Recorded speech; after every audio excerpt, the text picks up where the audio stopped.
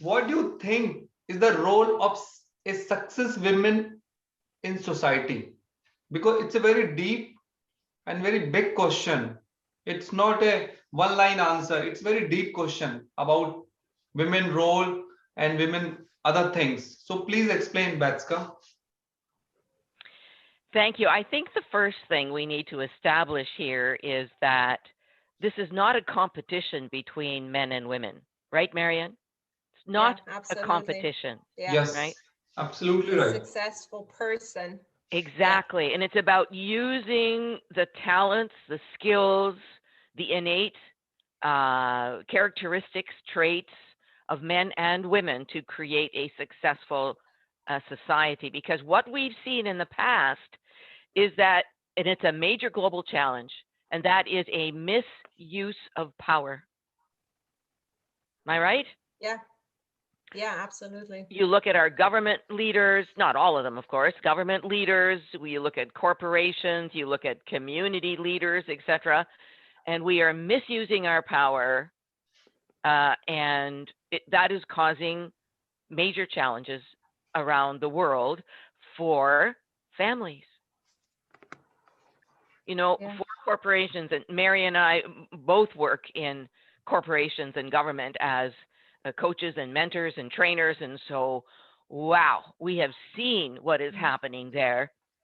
So, what I think is the role of a successful woman in society is this, that we've already, in a previous podcast, we had established that generally women have a 1 to 2% higher noble quality than men, which means that because we have to carry the baby in our wombs, right? Even if we don't have babies, we're still hardwired that way. We have to carry the baby, we have to breastfeed the baby, you know.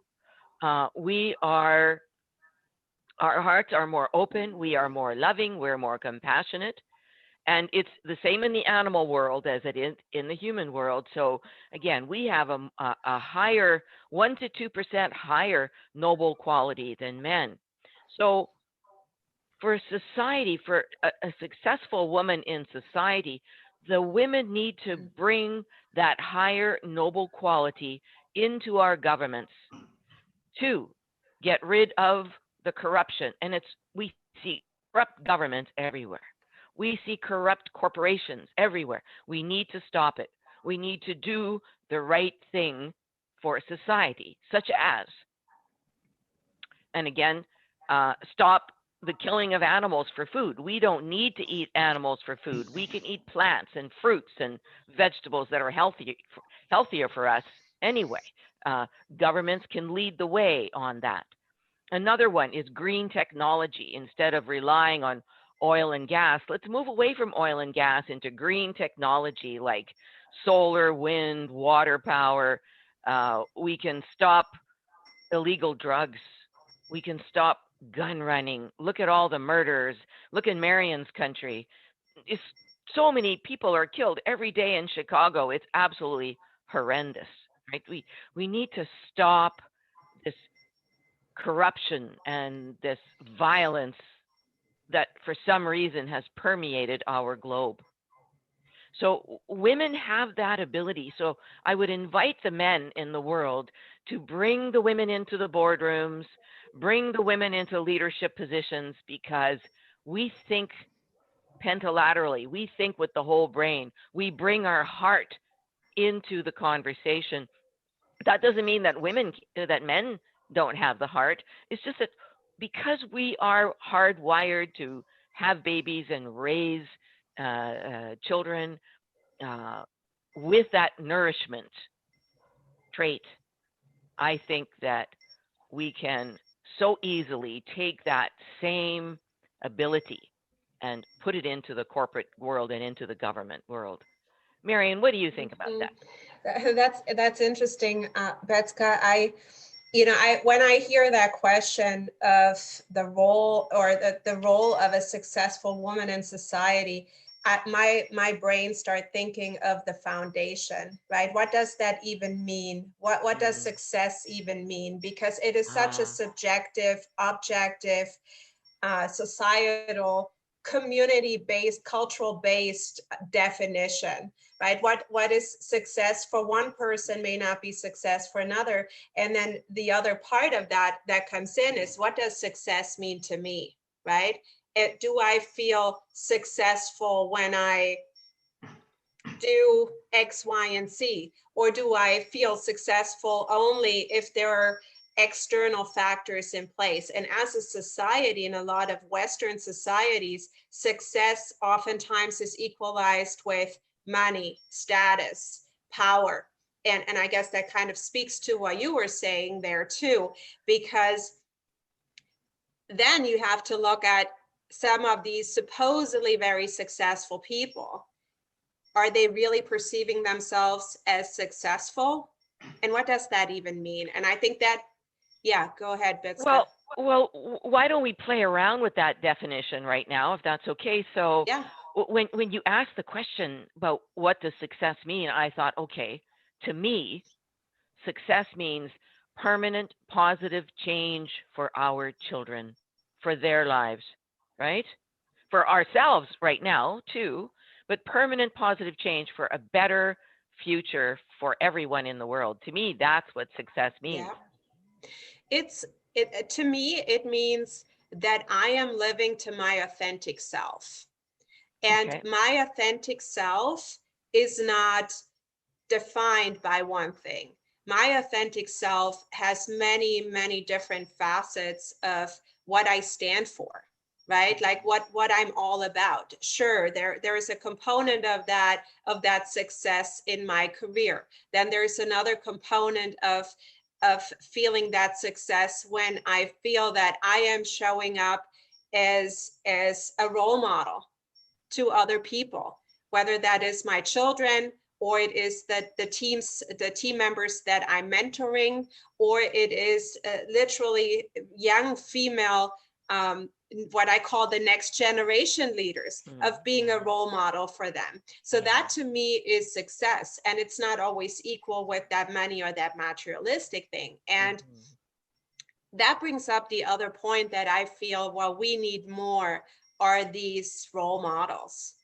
And particularly as we were talking, I believe that's true for male as well, but for females, and I know that was true for myself, I wish I would have had that female role model in the career aspect. As far as being a mom, my mom was probably the best mom anybody could have ever wished for. And I am so thankful for her. She was home with me. She never, she always took the bullet for us as kids.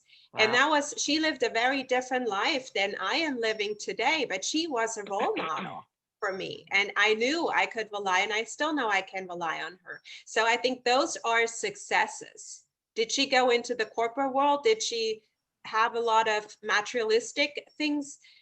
That was not the definition of success. There was a different definition. And I feel that when we live to our own authentic definition of success that has an impact at people mostly, and really as a priority, in my opinion, the people around, the impact we have, the role model we are playing, whoever we're interacting with, is to me the sign of success.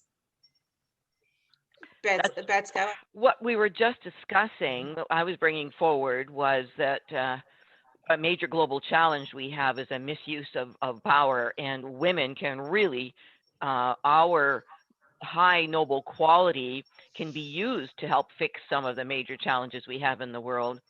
And then Marion brought in the notion of course, that to her, success, what does success for a woman in society mean? And she said it was about living your authentic self. I thought, yeah, that's really good. And my concept of success for women was creating permanent positive change in society for ourselves, for our children's future, and so on and so forth. And that kind of Marion's comment about living our authentic selves, wow, it's so true. We don't want to be fake or, do negative things for society. Authentic self to me means being really real, being genuine, being really caring. And so then that led me to what I thought was the second role of a successful woman in society, and that is, and it doesn't take second place to my first definition, but it's about raising healthy, happy children together with their partners, because, and that means healthy in mind, in body, and in spirit. So making sure children are fed well, that they're getting lots of physical exercise, that we teach our children how to meditate at a young age, that we teach our children how to be positive thinkers.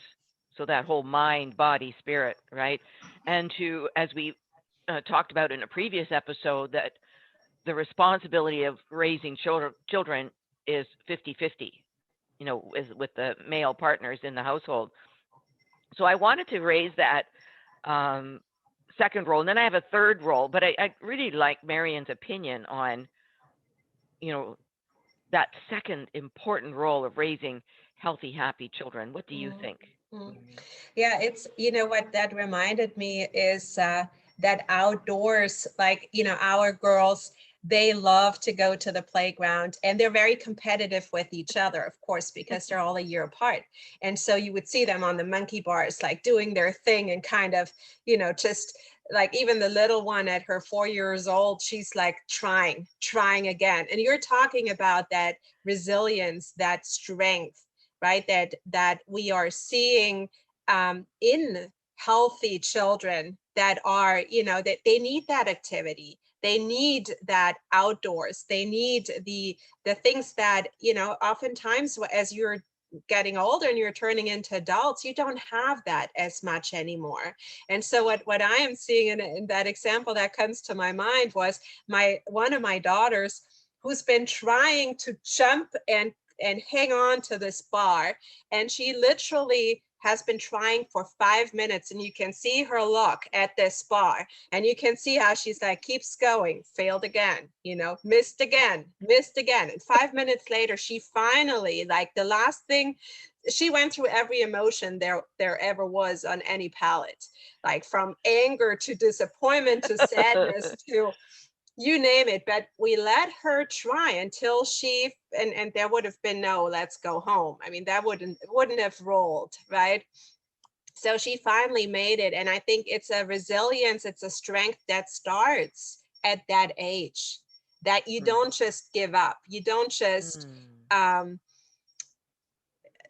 you don't just, take the easy way out. You're trying, you're getting better. And that is something, when you learn that, I believe at an early age, that kind of carries through. And personally, I always say to them, and so does my husband, you gotta try. Life isn't easy. It's not that things are just going to be brought to you. And I personally don't think we're doing our kids a favor if we do that. We might mean well, but I believe they need to build that resilience. And so having balanced, happy, healthy children, that's our next generation. Yeah, exactly. Yeah. Right? And being the role model, as you said earlier, we need more female role models for our women.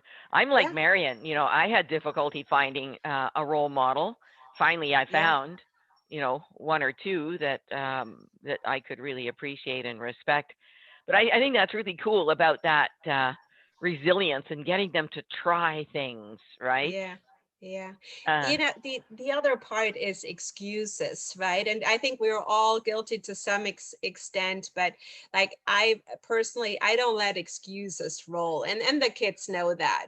It's like, okay, really? What else do you have to tell me why it didn't work? Then you try it differently. You get creative, you get resourceful, because guess what? That's what's going to help you in life. And a funny, or maybe not so funny story at the playground, actually, the other day, where we were watching, there was a family, there was a son and a daughter and mom and dad. The boy was kind of the rowdy, and he was, falling down. It was okay. The girl slipped a little bit and the mom started running. And so my daughter said, it's like, isn't this weird? the boy, he's just rowdy, and look at that gentle little soul, she said.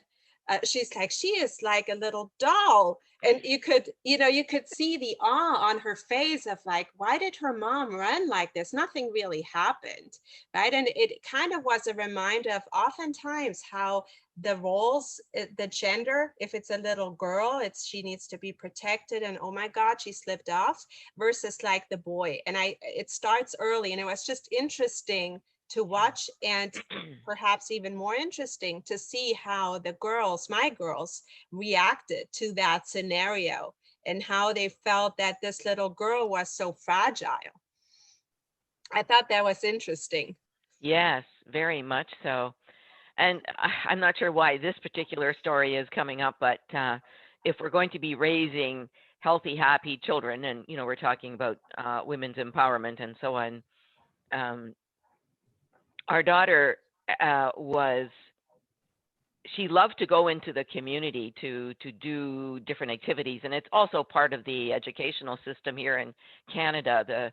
The boys and girls in high school are invited to go and volunteer at the local hospital, right? Or to go and do something with a service club, or to be a big brother or a big sister to another child, or they're invited to go out into society at a very young age. And I think we understand that instead of waiting until we're in our 20s and 30s, no, those impressionable years to get our children to experience life safely, Yeah. Yeah. And that brings up another point that I believe, and sure, there is some reason behind the whole safety concern that we have today, because I remember I walked myself to preschool at 5 years old, and that was an acceptable thing to do. And so in today's world, if I imagine my 5-year-old going to preschool by herself, that is not happening. So I'm with you. Right. And Yeah. so it kind of brings up that independence and that protection, right? That sometimes you find, again, it's different in genders. Many people I've met say the boy, it's okay for the boy to go earlier at an earlier age versus a girl. Right. And one of the things that we have, and I'm very happy that our girls are involved in that, they are doing karate. So they are now at their green belts. And I know who I'm taking at nighttime, because they can literally take me down. And I believe that it's something that gives them a level of confidence. They show up entirely different when they go out there. They see a child that they perceive when a child is being mistreated or bullied or not treated right, and they are comfortable to step up and stand up and speak up. Excellent. And Love I it. believe that is something that you can never take from them. At that point that they're perceptive of that, they are willing and able. They know that nothing really, or in their mind, they know nothing can really happen to them. And I believe that builds over time. And so that is the other part to that equation that I think is just so important. What do you think about that, Betska? Yes. Oh my gosh, that whole topic about martial arts and karate in particular, I love it. I think it's my husband's nephew started karate at a very young age, and as you said, it gives them confidence. Yeah. Right, and they feel safe and protected because they can protect themselves. Right, and what was going through my head, Marion and Raj? It was, with the Me Too movement, we have brought forward all the abuse that men have given to women, right? And wouldn't it be wonderful if we could flip that switch, that all the men on the planet could be more protective of women, more protective of them, right? So that the women don't have to worry about, like, your daughter walking to preschool at the age of 5, right? So that there's more of a protective thing. Why on earth as mothers should we be afraid for our kids? Why? Mhm. We shouldn't have that, right, Raj? Yes. You know? So Yeah. wouldn't that be wonderful if we could flip society around and just say, no, it's time You to know, fix Beth, this. it's so interesting because the other day I was actually on LinkedIn. I saw a post by a man, and I believe that there are more and more men coming out with this kind of protection that you're talking about. And he said, told this story of somebody on LinkedIn who sent a message to his sister, to this guy's sister, and that said something like, oh, you have such beautiful hair or eyes or whatever, right? And he called the guy out and said, would you send me a message like that? Right? You wouldn't. And he Right. said, actually, he sent him a message and he said, you have such beautiful hair. And he said, I love it. I and love he said, you are weird, right? And he said, well, if you think this is weird, you should not send this message to my sister on LinkedIn because this is a professional network. Yeah. And I don't know if that has ever happened to you, but sometimes Yeah. I get messages that turn from business to, Mhm. oh, I wish we could go for a drink. No, Mm. we cannot go for a drink. And if that is the purpose of this message, then this message needs to end very quickly. Yeah. I So get emails and LinkedIn messages, and I just I call them out on it. I just think yeah, it's but bad why do news. we have to call that out, right? That should just be an understanding. And I felt like for the guy that called the other man out, I felt good for you because he spoke up. And I believe that there are more men now coming out and saying, no, this is not appropriate behavior. And that really, there's no place in that, especially in a professional network. And so I thought, as I was reading that post, I just thought to myself, good for you. And we need more of that because this is not appropriate. Yeah. I don't know which woman wants to have these types of messages when it's a very professional kind of conversation. It's not part of the topic whether or not you have beautiful hair or eyes. That it's just not appropriate. No. Yeah. Right?